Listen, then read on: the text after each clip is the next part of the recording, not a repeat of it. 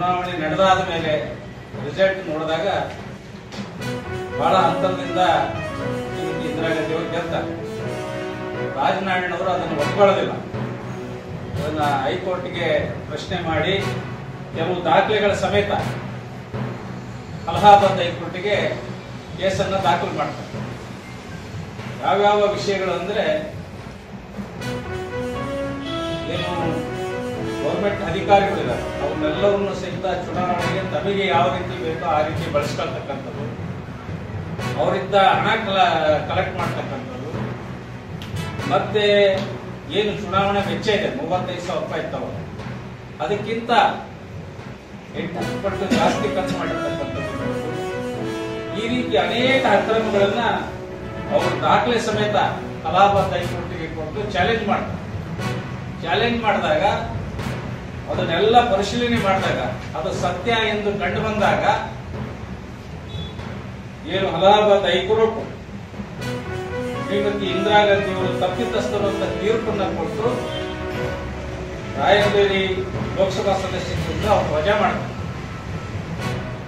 ಇಂಥ ಇತಿಹಾಸ ಇರ್ತಕ್ಕಂಥವು ಇವತ್ತು ವೋಟ್ ಚೋರಿ ಎಂಬ ಒಂದು ಅಭಿಯಾನವನ್ನು ನಡೆಸ್ತಾ ಇರ್ತಕ್ಕಂಥದ್ದು ಒಂದು ನಾಚಿಕೇಡಿನ ಸಂಗತಿ. ದರೋಡೆಗೋರು ನೀತಿ ಪಾಠ ಹೇಳಬೇಕಾಗ್ತಾ ಇತ್ತು ಅಂತಕ್ಕಂಥ ಮಾತನ್ನ ಈ ಸಂದರ್ಭದಲ್ಲಿ ನಾನು ಬಯಸ್ತೇನೆ.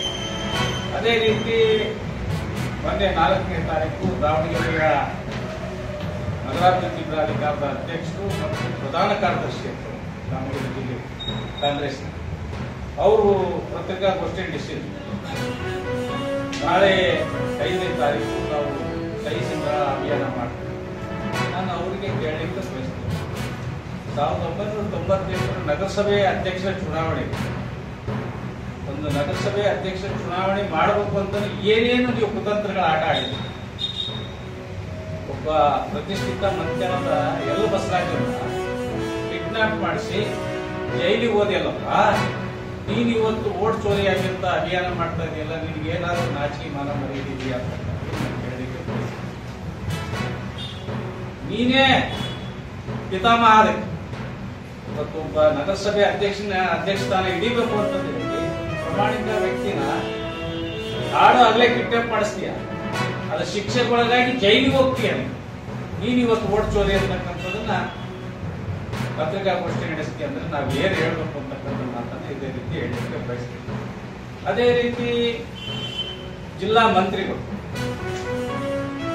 1998 ಲೋಕಸಭಾ ಚುನಾವಣೆ ಸಂದರ್ಭದಲ್ಲಿ ದಾವಣಗೆರೆ ಒಳಗೆ ಏನೇನು ಅಕ್ರಮಗಳು ಮಾಡೋದಕ್ಕೆ ಸಾಧ್ಯ ಇತ್ತು ತಿಳಿವಿ, ಅವನ್ನೆಲ್ಲ ಮಾಡಿದಾಗ ಯಾರಾದ್ರೂ ಒಬ್ಬ ಪುಣ್ಯಾತ್ಮ ಇದ್ರೆ ಅದು SS ಮಲ್ಲಿಕಾರ್ಜುನ್ ಅಂತಕ್ಕಂಥ ಮಾತನ್ನು ಈ ಸಂದರ್ಭದಲ್ಲಿ ಹೇಳಲಿಕ್ಕೆ ಬಯಸ್ತೀವಿ. ಯಾಕೆಂದ್ರೆ ದಾವಣಗೆರೆಯಲ್ಲಿ ಒಂದು ರೀತಿ ಭಯದ ವಾತಾವರಣವನ್ನು ಸೃಷ್ಟಿ ಮಾಡಿ ಚುನಾವಣೆ ಗೆಲ್ಲಲೇಬೇಕು ಎಂಬ ಹಠದಿಂದ ಕಾಲಪತ್ತರಂತ ರೌಡಿನ ನೀವು ಕಳಿಸಿದ್ರಿ ದಾವಣಗೆರೆ. ಇದು ನಿಮ್ಮ ಇತಿಹಾಸ, ಕಾಂಗ್ರೆಸ್ನವರ ಇತಿಹಾಸ.